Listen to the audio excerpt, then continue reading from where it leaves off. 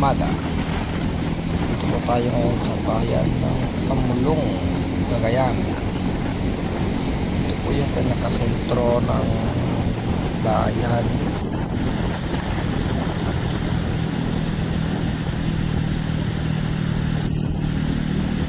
Ito po yung plaza. Yan po ang plaza nila.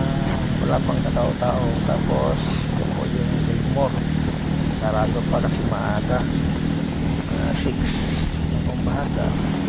Yan po yung simbahan.